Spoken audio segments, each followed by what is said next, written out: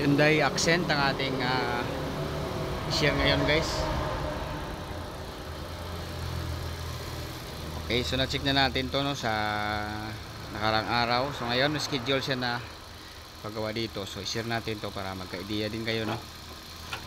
So di po solenoid yung problema dito. So yung problema dito, pag on ng aircon, dapat yung fan mag-low siya, magagana yung low speed. So ito hindi, no. Ayan, so on muna natin ang aircon para makita nyo, guys. Ayan, no. So ngayon hindi pa siya naka-on kasi naka 100 PSI pa yung preon niya. So on natin. Ayan, naka-on na yung aircon. So bumaba na yung karga niya, no. So tapos kulang siya ng preon, guys, kasi yung hose mamaya palitan natin. Okay, so yun, no, pasilip natin, no.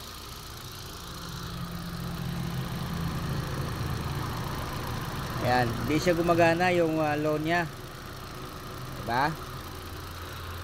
So dapat dito pag mag-on ka ng aircon, gagana yung low speed ng fan, no. So ang gagana lang dito ay ang kanyang high speed pag mainit na yung makina or sobrang taas na ng pressure sa high side, no. Doon nagagana yung high speed. So ngayon hindi siya, no. Ayan, so yung aircon mag-overheat siya. So dapat gagana yung low speed. So yun yung ating i-share mamaya, no, kung ano yung problema niya, no. Tapos isa pang problema dito yung kulang yung karga kasi yung hose niya expire. Yun, no. Yan, magpalit pa tayo dito ng hose. Tapos dito sa ilalim na try na to palitan pero nag-oil jet po, no. Yan, napalitan na yung sa ilalim pero nag-oil siya. Ayan, dalawa yung palitan natin sa compressor at saka yung exit dito. So balik tayo dito sa ating pan. So na-check ko na to yung relay niya, no. Na-check ko na tong relay.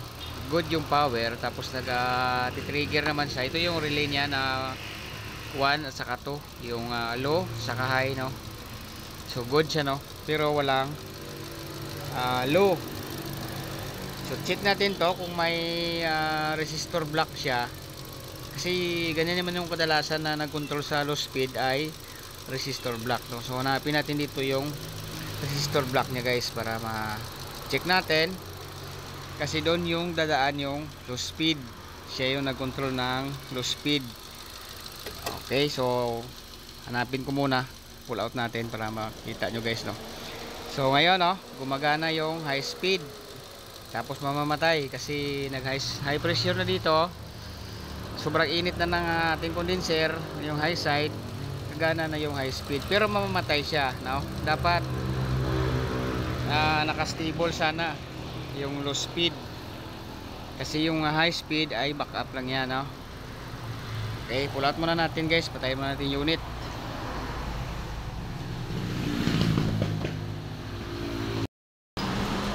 Okay, ito na, guys, no. Ito na yung hose, natanggal na natin, no. Abicol. So ito yung expire na palitan natin, and then yung isa palitan din natin yan, no. Tapos dito sa ating tinatanggal ko yung bumper para makikita natin kung saan ang location ng resistor block. So nandoon lang yan sa housing ng fan, no. So ito yung resistor block niya, guys.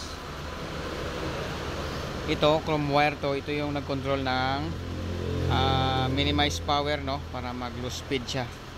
Tapos may thermal siya dito, guys, oh. Ito yung thermal niya.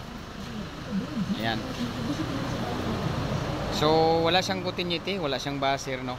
So gawin natin dito para mapa-under natin. So lagyan siya natin ng jumper, no.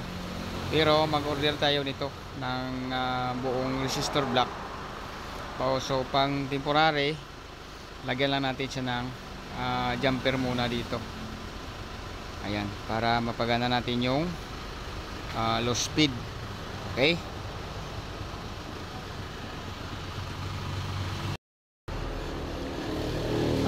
Ito na, guys, yung resistor, no. Ayan, yung fuse dito kanina tinanggal natin. Tapos naglagay tayo ng jumper na 3 piraso na wire, tapos nasolda siya, no. Ayun, no.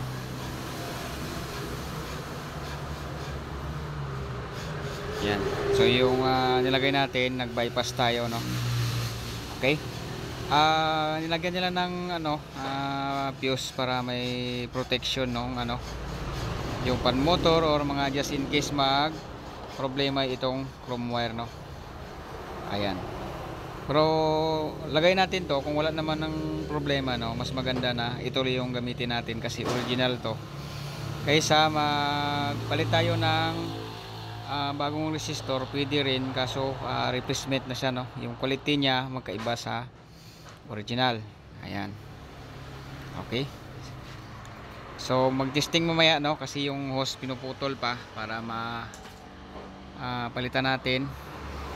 So after nun, balik natin dito yung hose, tapos maglagay tayo ng freon, tapos testing tayo. So ngayon hindi pa natin matesting, no.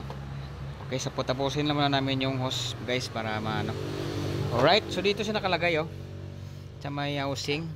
Yan. Yan, oh. Yan, oh. So dyan siya nakalagay. Ito yung nag-control ng low speed. So yung high speed, hindi na siya dadaan dito. Yan. Naka-bypass yung high speed, so hindi siya dadaan dito sa ating resistor block, no. So kung isipin natin, okay pa rin na kahit mag-jumper tayo dito ng wire, kasi chrome wire na naman yung sasala ng voltahe. Okay, update. Ayan. So nakabit na natin yung hose, tapos may preo na tayo, no. Ito yung pinalit natin, no. Yan. Tapos dito rin. Ayan, so start natin kung gagana yung pan. Okay, start.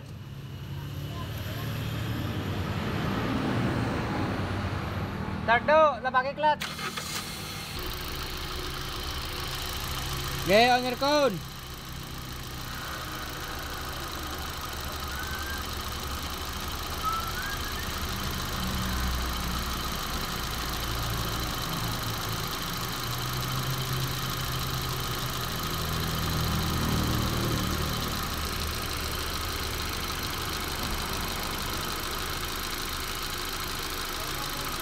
Ayan. Kumana na yung low. Ayan, guys, oh. Upper cone.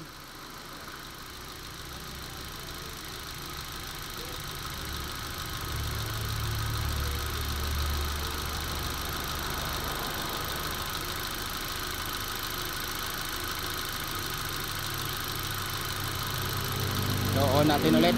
Okay, on.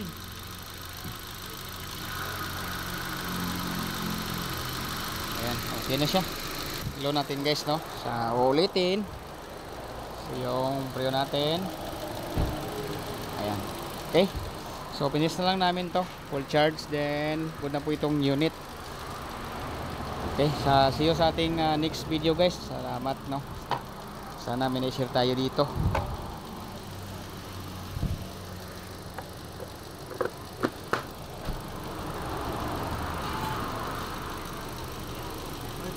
Kaya sige, cycle lang na, warm up lang.